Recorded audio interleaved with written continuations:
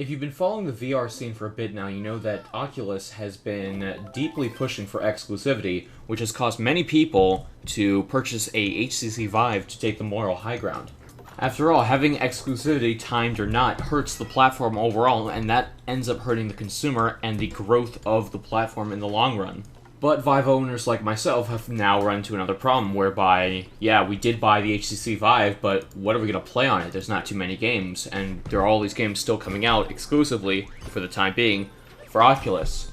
That's where Revive comes in. From what we can assume, the Unity engine, which is what most of these games are made in, allows the use of both headsets without having to make significant programming changes. This is very interesting, as it allows the Revive program to work as intended fairly easily. There are some games that don't work properly, but most of the games that you can test with Revive work perfectly when it's a Unity game, most of the time.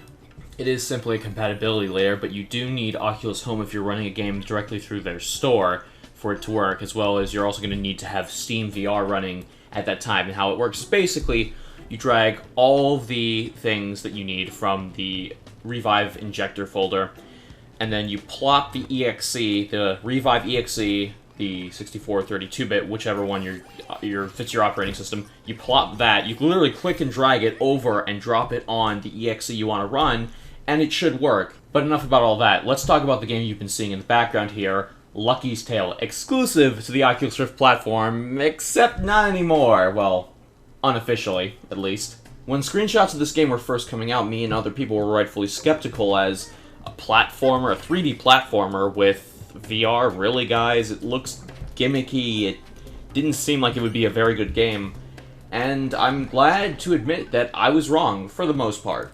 It's actually a pretty good game. The VR gives a new perspective on platforms that I never would have seen before, and I never would have thought worked in this way. It really shows that VR can immerse you in genres besides stuff like first-person games. It is groundbreaking for first-generation VR, but I imagine in a couple years' time, the tech's going to seem like, you know, Babby's first VR platform. It has a lot of little touches to enhance the experience, on the other hand. The immersion level is strong here. There are a lot of bright colors and a good, if not short, original soundtrack to keep you interested, as well as tight and responsive controls. On the VR side, you have some mechanics such as pointing your head at targets to throw objects and pointing your head around to find invisible objects, or using your head as a flashlight underground. There's a lot of nice touches here, and I really appreciate the kind of thing they're going for here. They're trying to do something simple, but something that'll showcase the tech in a nice way and wrap it in a really nice platformer. It's no Rayman or Mario, but it does definitely give me Mario 3D Land vibes. Dare I say, sometimes it held my attention more than some of the newer Mario titles. The only time it hurt the experience with VR is when you're moving your head over to something that's catching your eye, but you veer off the cliff with your character in another direction, which happened to me almost twice, unfortunately. There's a lot of secrets and extra pathways to really work that neck and keep it moving. And here's where I think VR isn't just a gimmick. It can be one, but it can turn an otherwise run-of-the-mill platformer like this one into a notably above-average title.